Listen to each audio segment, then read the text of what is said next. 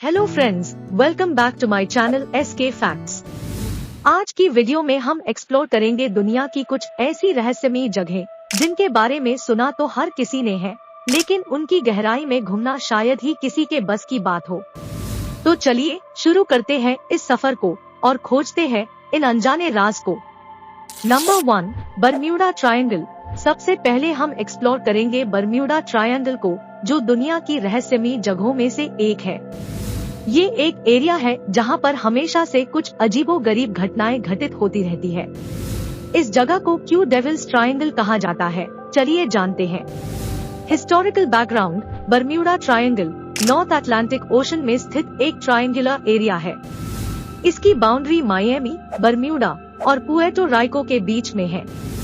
ये एरिया हमेशा चैलेंजिंग रहा है। यहाँ शिप्स और एयरप्लेन्स गायब हो चुके हैं। Mysterious disappearances. इस ट्रायंगुलर रीजन में कई अजीब घटनाएं हुई है, जिसमें से कुछ शिप्स और एयरप्लेन्स अचानक से गायब हो गए हैं। इन घटनाओं के चलते लोगों ने इसे एक रहस्यमयी एरिया मान लिया है। Possible explanations. साइंटिफिक कम्युनिटी ने कई थ्योरीज दी है इस समस्या के बारे में। एक थ्योरी के मुताबिक ये एरिया इलेक्ट्रोमैग्नेटिक डिस्टर्बेंसेस से भरा हुआ है, जो कॉम्पास और इलेक्ट्रॉनिक डिवाइसेस को प्रभावित कर सकते हैं। Magnetic anomalies. यहाँ पर मैग्नेटिक एलिमेंट के लेवल में भी अनियमितता होती है, जिसकी वजह से कुछ लोग मानते हैं कि ये जगह मैग्नेटिक फील्ड्स में बदलाव पैदा करती है, जिससे नेविगेशन इंस्ट्रूमेंट्स गलत दिखाई देते हैं। Underwater topography. बरम्यूडा ट्रायंगल के नीचे की जगह का भी एक रहस्य है। कुछ लोग मानते हैं कि यहाँ पर कुछ अजीबोगरीब अंडरवाटर टोपोग्राफी है, जिससे शिपरेक्स और एक्सीडेंट्स होने का खतरा बढ़ जाता है। तो फ्रेंड्स, बरम्यूडा ट्रायंगल एक ऐसा मिस्टीरियस एरिया है जिसमें अनेक रहस्यमय घटनाएं घटित हुई है। कुछ साइंटिफिक एक्सप्लेनेशंस है, लेकिन ये जगह आज भी कई अनकही कहानियां छुपाए हुई है। Number 2, Stonehenge. फ्रेंड्स, अब हम चलते हैं इंग्लैंड की तरफ, जहां पर स्थित है एक प्रीहिस्टोरिक मॉन्यूमेंट स्टोनहेंज। ये जगह हमारे सामने कुछ ऐसी रहस्यमय कहानियां लाती है जो हमारे इतिहास और विचारों को चुनौती देती है। Historical background. स्टोनहेंज एक ऐसा मॉन्यूमेंट है जो लगभग 5000 साल पुराना है। ये विल्टशायर, इंग्लैंड में स्थित है। इसके बनने का समय और तरीका आज तक एक रहस्य है। Structure of Stonehenge. इस मॉन्यूमेंट का सबसे इम्पोर्टेंट हिस्सा एक series of large standing stones और हॉरिजॉन्टल स्टोन्स से बना हुआ है।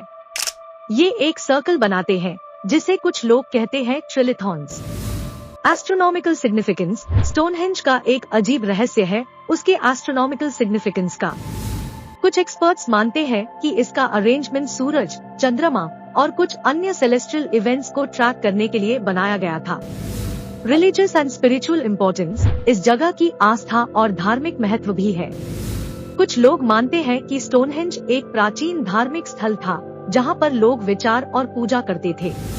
Construction theories. स्टोनहेंज के बनने का तरीका भी एक रहस्य है।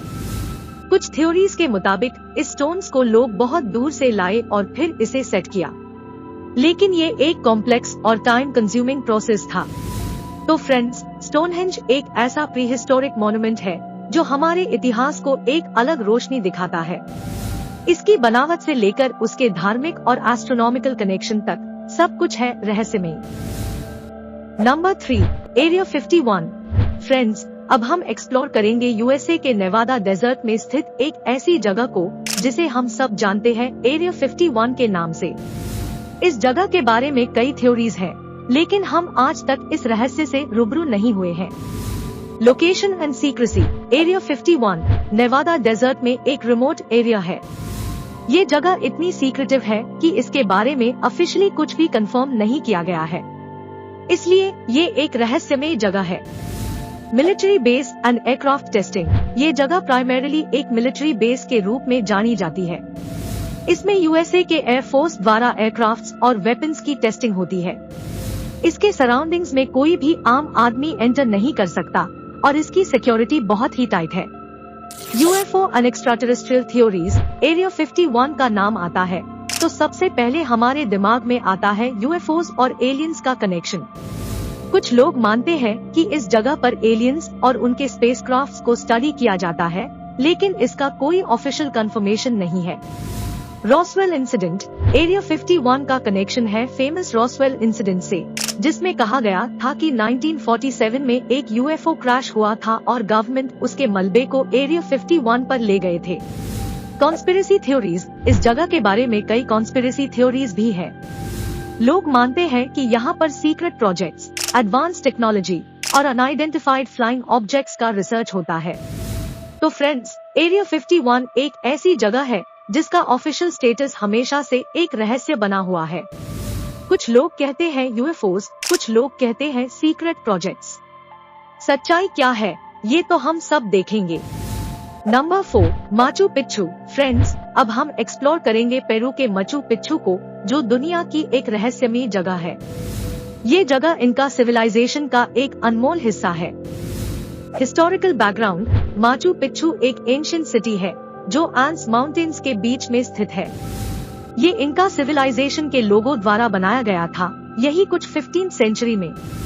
लेकिन इसके बनने की स्पेशलिटी और उद्देश्य आज तक एक रहस्य बना हुआ है। Architectural Marvel. इस जगह की स्पेशलिटी है उसका आर्किटेक्ट और कंस्ट्रक्शन। ये स्टोन स्ट्रक्चर्स का एक अद्भुत उदाहरण है, जिसमें बिना किसी सीमेंट के बड़े पत्थर एक दूसरे के साथ फिट है।